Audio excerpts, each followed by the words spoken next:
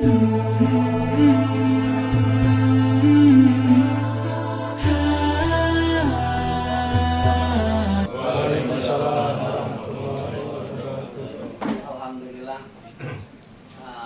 murid baru nih 2 orang. Ahlan wasalan ya. Iya. Ini kakak saya Haji Asli dan ini saya Pak Masnan ya. Alhamdulillah. Tadi kita membahas masalah tentang hijrah. Saya mau bertanya masalah tentang bulan Muharram. Terutama nanti dijawab untuk ya. Assalamualaikum warahmatullahi wabarakatuh ya. Assalamualaikum warahmatullahi wabarakatuh. Saya mau bertanya apa yang terjadi di tanggal 10 Muharram sehingga umat Islam begitu menghormatinya. Mohon pencerahannya Bu ya. Terima kasih dari saya. Wassalamualaikum warahmatullahi wabarakatuh. Waalaikumsalam warahmatullahi wabarakatuh. Ini pertanyaan sangat kontekstual kalau orang kampus bilang. Sangat relevan ya dengan karena sekarang kebetulan bulan Muharram. Bahkan kita nanti hari Kamis kalau salah pas itu 10 Muharram ya. Mudah-mudahan Allah merahmati kita semua. Amin. Jadi masalah kenapa ada apa di bulan 10 Muharram itu ya? Sampai Nabi menganjurkan kita berpuasa. Kita harus tahu betul ya, harus tahu gitu. Itu kalau kita lihat di dalam Siratul Anbiya, ya, sejarah-sejarah perjalanan Nabi yang 25 Nabi Rasul ya. Kalau kita baca atau misalnya di dalam kitab ini kitab Minal Qisasil Quran ya, karangan Abdul Mun'im Al-Hashimi. Ini diceritakan ya di sini para nabi dan rasul sesuai dengan sebagaimana dalam Al-Qur'an ya, bahwa pada 10 Muharram itu banyak sekali peristiwa. Kalau salah kurang lebih ada 10 peristiwa besar di mana hamba-hamba Allah, para nabi-nabi Allah yang soleh itu diselamatkan oleh Allah Subhanahu wa taala. Itu diselamatkan itu pada tanggal 10 Muharram. Misalnya diselamatkannya kapal Nabi Nuh. Itu kalau saya baca di sini di dalam kitab ini, Masya Allah. Nabi Nuh itu dakwah bukannya 10 tahun, 20 tahun, ratusan tahun. Kalau kurang sabar itu, coba ratusan tahun. Sedang Nabi Nuh sendiri umurnya berapa? Kilawakola 950 tahun, ada katakan 1000 tahun. Besar-besar, ya kena zaman dulu sesuai dengan zaman kan. Fisiknya kuat, besar-besar, tinggi-tinggi, ada katakan sampai 10 tahun. Bayangkan, Masya Allah. Begitu Nabi Nuh berdakwah siang dan malam, ya Allah, istrinya sendiri kafir, menolak. Bagaimana kan terpukul itu? Seorang kiai dakwah, bininya sendiri kan tidak menghargainya gitu. Anaknya sendiri kafir kan, aneh. Bayangkan itu. Ada yang pengikut sedikit, orang-orang miskin. Karena agama dia dakwah Nabi Nuh agama gak bergengsi. Iya. Jadi yang masuk Islam itu pemasan orang-orang kere. Yang lain yang kaya-kaya itu kafir, menolak gitu. Agama yang dibawa oleh Nabi Nuh itu agama tauhid itu. Masya Allah. Akhirnya Nabi Nuh ini ya hilang kesabaran. Inilah bedanya Nabi Muhammad dengan Nabi yang lainnya. Ya Rob, nggak ada harapan rasanya ini. Anak cucunya juga ya. Udah hancurkan aja, matikan aja, udah nggak ada harapan ini. Ya sudah ratusan tahun. Akhirnya Nabi Nuh itu bikin perahu, itu bukan di pinggir pantai, jauh dari laut. Diketawain, diberakin perahunya. Jangan tahu itu perahu mujizat itu. Masya Allah ya. Akhirnya doa Nabi Nuh itu gelap, siang dan malam gelap, petir, topan. Ya mungkin kayak sekarang terjadi di Cina. Masya Allah. Ya. Itu akhirnya banjir seluruh dunia, karang seluruh dunia. Konon katanya gunung Himalaya yang tertinggi di dunia itu lalu sampai Ka'bah hancur rata dengan tanah. Saking dahsyatnya, mati semua makhluk apapun kecuali yang naik perahu Nabi Nuh. Binatang yang naik perahu Nabi Nuh selamat. Pohonnya ada Nabi Nuh selamat. Manusia yang ada perahu Nabi Nuh selamat. Itu yang nanti akan berkembang lagi menjadi umat manusia. Dan akhirnya terombang-ambing, ada katakan 40 hari 40 malam itu mendaratnya ya itu pada tanggal 10 Muharram diselamatkan oleh Allah itu. Surut dia, Masya Allah. Itu diselamatkannya 10 Muharram. Nah kemudian Nabi Ibrahim alaihissalam. Nabi Ibrahim ini melawan Raja Namrud ya. Namrud ini ada yang mengatakan pamannya, ada yang mengatakan bapaknya. Raja Namrud ini raja zalim, kafir ya, menyembah berhala, masya Allah ya. Suatu saat Nabi Ibrahim ini ketika mereka berpesta-pora masuk ke ruang penyembahan itulah berhala itu, dihancurkan pakai kampak oleh Nabi Ibrahim alaihissalam. Kecuali yang gede itu, bapak moyangnya dikalungin tuh kampak. Ketika mereka habis pesta-pora, masuklah ke tempat sesembahan, tempat berhala itu. Wah, panik. Kenapa Tuhan bisa pada hancur begini? Dicurigai Nabi Ibrahim. Masuk, yang lain kan ikut acara semua. Nabi Ibrahim dipanggil. Ibrahim, kamu yang menghancurkan ini apa berhala-berhala Tuhan kami. Kok tanya saya? Itu kan katanya ada yang utuh, nggak ada yang nggak hancur. Itu yang besar, tanya aja. Mana itu Raja Namrud? Wah, kamu gila ya? Masa saya suruh nanya batu yang tak bisa berbicara? Nggak bisa bicara kok disembah. Kamu lebih gila dari saya. Wah, tambah marah itu. Ya sudah, Raja Namrud apa marah? Udah kumpulkan kapi unggun, bikin kampung yang besar. Bakar Ibrahim. Bakar, dilempar tuh Nabi Ibrahim. Wah, kapi unggun. Ternyata Allah berfirman dalam Al-Quran, Ya naru kuni bardan wa salaman ala Ibrahim. Surah apa itu? Ya. Wahai api, Allah yang merintahkan. Padahal api itu kan panas maksudnya. Itu sunatullah, dah, hukum alam. Jadi kalau api nggak panas, itu berarti melanggar hukum alam itu. Pokoknya api mempanas, membakar, kalau air membasahi kan gitu. Tapi ini Allah yang berkehendak. Yang menciptakan api itu panas kan Allah. Tapi Allah juga yang berkehendak. Ini kalau kita bilang ngaji tauhid ya. Wahai api, kuni bardan wasalaman. Bukan haji bardan, bukan ya. Kuni bardan wasalaman. Haji bardan dulu lagi haji bardan saya. Bardan wasalaman. Jadilah kau AC yang dingin menyejukkan. Wasalaman. Jadilah kau memberikan selamat. Jangan kau bakar tuh Ibrahim. Wah, itu Nabi Ibrahim. Oh, di api unggun nyengir-nyengir aja dia itu. Ya santai aja, enjoy ya. Ya kenapa? Karena api itu bukan panas bagi dia. Jadi hukum api itu, hukum alam itu nggak berjalan. Kok bisa? Bisa karena Allah yang mendaki. Semua tunduk dengan iroda Allah. Ada yang bisa menghalangi iroda Allah. Makanya saya tidak suka kalau ada orang bilang, kalau ngirim Fatihah, kalau sampai ngirim amal soleh nggak sampai malah udah mati. Kok bisa ente tahu dari mana? Hah? Kok kita bisa tahu pasti kalau itu nggak sampai? Kok ente bisa memponis, bisa mencegah, bisa membatasi iroda Allah? Kok siapa yang bisa membatasi iroda Allah? Kan yang bisa, betul nggak? Kita sebagai orang Ahlussunnah mengatakan, ya insya Allah sampai sesuai dengan niat kita, betul nggak ya? Ya jangan dibiarkan, pasti tidak sampai. Berarti kita mendekati Allah, kalau begitu nggak boleh. Betul. Nah, larinya ke tauhid ya. Itu. Akhirnya tuh adem sampai habis, Ibrahim nggak luka sama sekali, nggak terbakar sama sekali. Dan itu diselamatkannya 10 Muharram. Luar biasa ya, 10 Muharram itu. Nah, terus ada lagi, yaitu kisahnya Nabi Yunus. Nah, Nabi Yunus ini ceritanya sama. Umatnya bandelnya kesetanan. Dakwah nggak kayak dengerin. Nah, ibaratnya Yunus putus asa lah, ngambek lah gitu. Ya, Ustaz ada juga yang ngambek ya. Ini Nabi aja ngambek. Nabi Yunus putus asa, bandel banget umatnya kayak setan bandelnya itu. Nggak ada yang dengerin. Makanya kalau misalnya kita jadi ustaz, jadi kiai di kampung ya, jadi apa namanya mu'alim, abuya, habib, apa kan gitu, sabar. Kita nggak ada apa-apanya nih. Ini saya nggak ada apa-apanya dibandingkan Nabi Yunus ujiannya, dibandingkan Nabi Ibrahim, apalagi dibandingkan Rasulullah, betul ya? Ya betul nggak? Mereka lebih dahsyat ujiannya. Dan kadang-kadang yang nggak suka bukan orang jauh, orang dekat. Orang dekat nggak dapat hidayah, mana orang jauh dapat hidayah, betul nggak? Iya, mana orang sebelah sana dapat hidayah datang kemarin. Yang dekat kadang-kadang nggak dapat hidayah.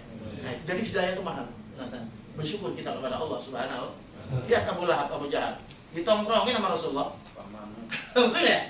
Iya, ditongkrongin siang dan malam Nabi dakwah, tapi nggak dapat hidayah. Loh, kita yang di Indonesia dapat hidayah. Percaya pada kita nggak pernah lihat Nabi, nggak pernah mendengar dakwah langsung Nabi, tapi kita bisa percaya kepada dakwahnya Nabi, ajaran Rasulullah. Masya Allah, luar biasa. Makanya kata Nabi, tuba, suma tuba, malam yarani wa amanah. Sampai 3 kali. Beruntunglah orang tidak pernah melihat aku karena terlambat lahir, tidak pernah melihat aku, tidak pernah hidup sejamanku, tapi tidak beriman kepada ajaran. Beruntung. 3 kali. Alhamdulillah. Nabi Yunus akhirnya ngambek, Pak. Nyebrang ke kampung sebelah, naik kapal. Begitu kapal di tengah jalan, di tengah laut kagak jalan-jalan. Kapan gua jangan-jangan ada yang masalah nih penumpang nih. Udah diundi dah tuh, jangan keluar cemplungin aja. Nah ini bikin kita macam-macam nih, kita jadi terlambat nih. Wah diundi, yang keluar Nabi Yunus. Nah jangan Nabi Yunus orang baik, orang soleh. Undi lagi, Nabi Yunus lagi aja. Tapi bukan Nabi Yunus blok, saya enggak. Diundi lagi, Nabi Yunus lagi aja. Mau nggak mau Nabi Yunus dilempar. Ya mungkin udah skenario oleh Allah. Yunus dikasih peringatan oleh Allah. Karena kabur dari umatnya. Lu lemparin ikan mangap ke rumah. Ikan non, mungkin kalau sekarang ikan hiu kali ya. Ikan paus masuk ke dalam perut ikan. Bayangkan pada makan 40 hari 40 malam di dalam kegelapan, bukan lebih gelap dari malam kegelapan yang nggak listrik. Kita biasa terang ada listrik mati, bukan main kan ya? Ini lebih gelap daripada itu. Dan dalam perut ikan, bayangkan. Kalau kita mah mati. Tapi ikan itu dipesan oleh Allah, jangan lu garas ya. Awas lu, biarin aja gitu. Jangan dikucak. Itu nabi aku gitu. Mungkin kalau bahasa kita begitu ya. Itu mah airnya mana di dalam laut, nggak ada listrik ya. Siang dan malam udah gitu dalam perut ikan lagi. Betapa gelapnya. Gelap kuadrat itu. Gelap kuadrat, Pak. Akhirnya apa? Nabi itu membaca istighfar. Apa istighfarnya? La ilaha anta subhanaka inni kuntu. Makanya tuh saya ajarin kalau habis sholat hajat selesai, baca doa selesai, sujud lagi. Sujud. Ya, sujud baca 10 la ilaha anta subhanaka inni kuntu. Masalah itu sampaikan apa hajat kita. Malah itu dianjurkan baca di saat kita banyak kesulitan. Kayak nanti Nus, banyak kesulitan baca lagi. Insya Allah. Gitu. Dibaca itu la ilaha anta subhanaka inni kuntu minadz zalimin, la ilaha subhanaka inni zalimin. Itu ikan mabok ikan itu. Mabok ikan. Mabok pusing dia, akhirnya minggir, muntah keluar dari Yunus selamat. 10 Muharram itu terjadinya. Masya Allah, hebat sekali belum Muharram ya. Makanya jangan pegang puasa itu. Iya, banyak sekali umat-umat yang kalau kita puasa, sahabat itu kita ada diselamatkan dari neraka. Selamatkan dari kesulitan dunia dan akhirat. Betul nggak? Betul nggak? Tapi yang ketiga, yang berapa sekarang? Nabi Musa. Ini banyak tapi hanya sedikit. Nabi Musa itu Pak, anak angkat tapi jadi musuhnya Fir'aun. Ya Fir'aun ya kan? Ya anak angkat itu. Fir'aun ya, diselamatkan oleh Allah, dibuang sama ibunya, lahirnya di hutan, kan lahirnya di rumah kan disembelih, laki-laki disembelih, dibunuh, karena gara-gara mimpi tuh nanti musuh kamu yang akan menjatuhkan kamu Fir'aun, kata siapa tuh? Peramal, bayi yang akan lahir akan jadi musuh, bayi lahir dibunuh, makanya ibunya lahir di hutan, setelah lahir ditaruh di sungai Nil. Yang mungut siapa? Istrinya Siti Asia. Siti Asia itu nanti akan jadi pembesar penghuni surga itu. Siti Asia dirawat, udah gede. Ya memang Nabi, dia berdakwah dia, betul nggak? Wah, tapi akhirnya kan Fir'aun tetap aja kafir, malah ngaku Tuhan. Pak Fir'aun itu kurang ajar, ngaku Tuhan, bukan yang ngaku ajar lagi Tuhan. Ana rabbukumul a'la, aku ini ada Tuhan kalian yang paling agung. Ma ra'aitu rabban siwai, aku tidak pernah lihat Tuhan selain aku. Oh, di situ kan puncak kesombongan kekafirannya, Ben. Wah, akhirnya apa? Pada suatu saat dia punya kekuatan yang luar biasa, kekuatan politik, kekuatan militer, kekuatan ekonomi, kekuatan politik didukung oleh Haman. Haman itu jenderalnya Fir'aun. Nah, kalau konglomeratnya yang ekonominya itu namanya Korun. Itu sejaman Korun ya. Korun ini pelitnya nentet ini. Iya. Kalau mah Nabi Musa pelitnya luar biasa, tapi kalau mah Fir'aun, wah, apa juga kebutuhan politik ya, beres. Sekarang banyak tuh korun-korun di zaman modern itu. Iya, Fir'aun jenderal model kayak Fir'aun banyak kan. Masya Allah ya. Allahu Akbar. Akhirnya apa yang terjadi? Dikejar-kejarlah itu Nabi Musa dengan kaum Bani Israel, tentunya yang beriman ya, kan ada beriman dan tidak. Sampai mentok di Laut Merah. Laut Merah itu laut perbatasan antara dulu ke haji ke Laut Merah ya. Si terapung. Kenapa enggak? Emang tahun berapa? 2016. Wah nggak boleh itu mah, nggak boleh. Gara-gara ulah seseorang. Ada asal pakai trepok ulang tahun di masjid terapung. Makan minum lele, nyanyi-nyanyi, ngambek orang Arab itu. Nggak boleh banget itu.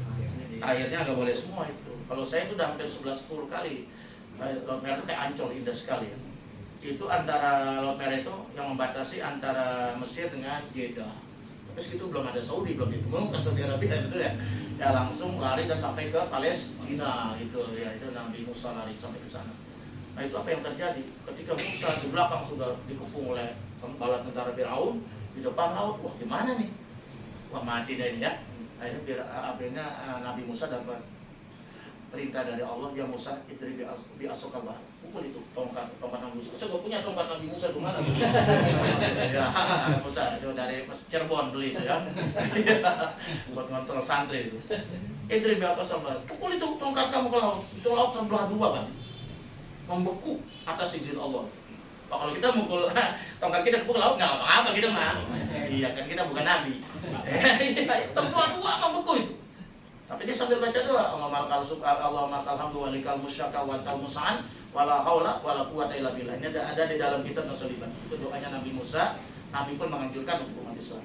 Allahumma lakal hamdu wa ilaikal musyaka wa tal musa'an wala haula. Ini kawan-kawan kita baca. Doa bagus banget kalau kita baca dalam kesulitan. Akhirnya terbelah. Larilah Nabi Musa dengan pengikutnya selamat sampai ke lantai dia. Nah ini Raja Firaun dengan pengikutnya bala tentaranya ngikut di belakang aja. Pokoknya di tengah-tengah mencair tuh ke air. Iya mencair lagi kembali, tenggelamlah dia. Udah ngap-ngapan kan orang Jepang udah ngap-ngapan. Udah ngap-ngapan mau mati baru ngomong ini. Aman tuh birabbi Musa, kalau bina saya beriman aja sama Tuhannya Musa.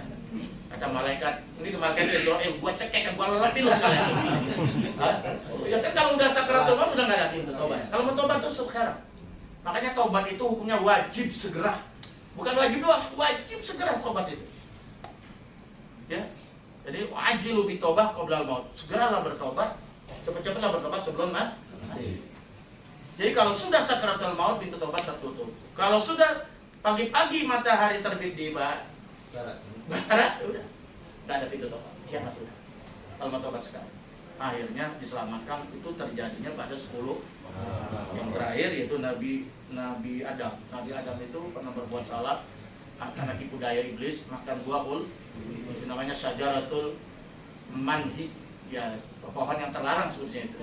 Sajar yang terlarang tapi ditipu daya ucapannya manis tapi menyesatkan. Jadi kalau ada orang itu ngomongnya manis luar biasa, muluk-muluk tapi menyesatkan, berarti dia iblis itu. Manusia itu. Sekarang banyak begitu. Iya, ngomongnya manis tapi ujung-ujungnya menjerumuskan. Lah itu iblis. Iblis itu. Iya, akhirnya Nabi Adam kan diusir. Ya, Nabi Adam diusir dari sorga, diturunkan Adam di Jeddah, Adam di India katanya. Ibu Hawa di Jeddah. Iblis diturunkan juga. Cuman bedanya di dalam kitab Nasoliban itu kalau Adam itu kan maksiatnya karena syahwat. Jadi dapat ampunan dari Allah. Tapi kalau iblis itu maksiatnya kepada Allah itu gara-gara al-kibar, apa kibar? Kesombongan. Orang sombong itu nggak dapat ampunan dari Allah. Akhirnya dia diusir dan dilaknat sampai hari kiamat. Nggak dapat ampunan. Tapi Adam diampuni. Tapi sejarahnya Adam itu 200 tahun baru ketemu di Padang Arafah. Makanya dia jadi rukun haji di Padang Arafah. Di mana? Di titik Jabal Rohmah, Jabal Asisai. Yang kalau pernah haji umroh pasti tahu. Itu Adam taubat 40 tahun sujud. Kita kan 40 tahun kita. Karena 2 menit aja udah kunang-kunang. Adam tuh 40 tahun sujud dan membaca taubatnya Nabi Adam sebenarnya apa? Rabbana zalamna anfusana wa la taghfir lana wa tarhamna. Itu tobat boleh itu. Itu tobatnya Nabi Adam. Istighfarnya Nabi Adam. Tadi istighfarnya Nabi Yunus. Masya Allah. Ya itu. Nah itu Nabi Adam berdoa dimanapun gak diterima, cuma di Mekah. Makanya kita enak, kita mah doa di mana, tobat di mana aja diterima kita mah. Adam nggak bisa. Adam itu harus tobatnya di Mekah. Itu sujud 40 tahun dan baca doa itu baru diterima oleh Allah. Itu terjadinya 10 Wallahualam. Itu kan ya yang terjadi di Muharram luar biasa. Alhamdulillahirrahmanirrahim. Demikian baru saja kita dengarkan bersama-sama jawaban atas pertanyaan dari Pak Asnan. Jadi memang di bulan Muharram ini sangat luar biasa, makanya tadi Boya mengatakan kalau bisa besok tanggal 9 dan 10 ya, Kamis. Iya nanti ada penjelasan. Ya, itu diajukan.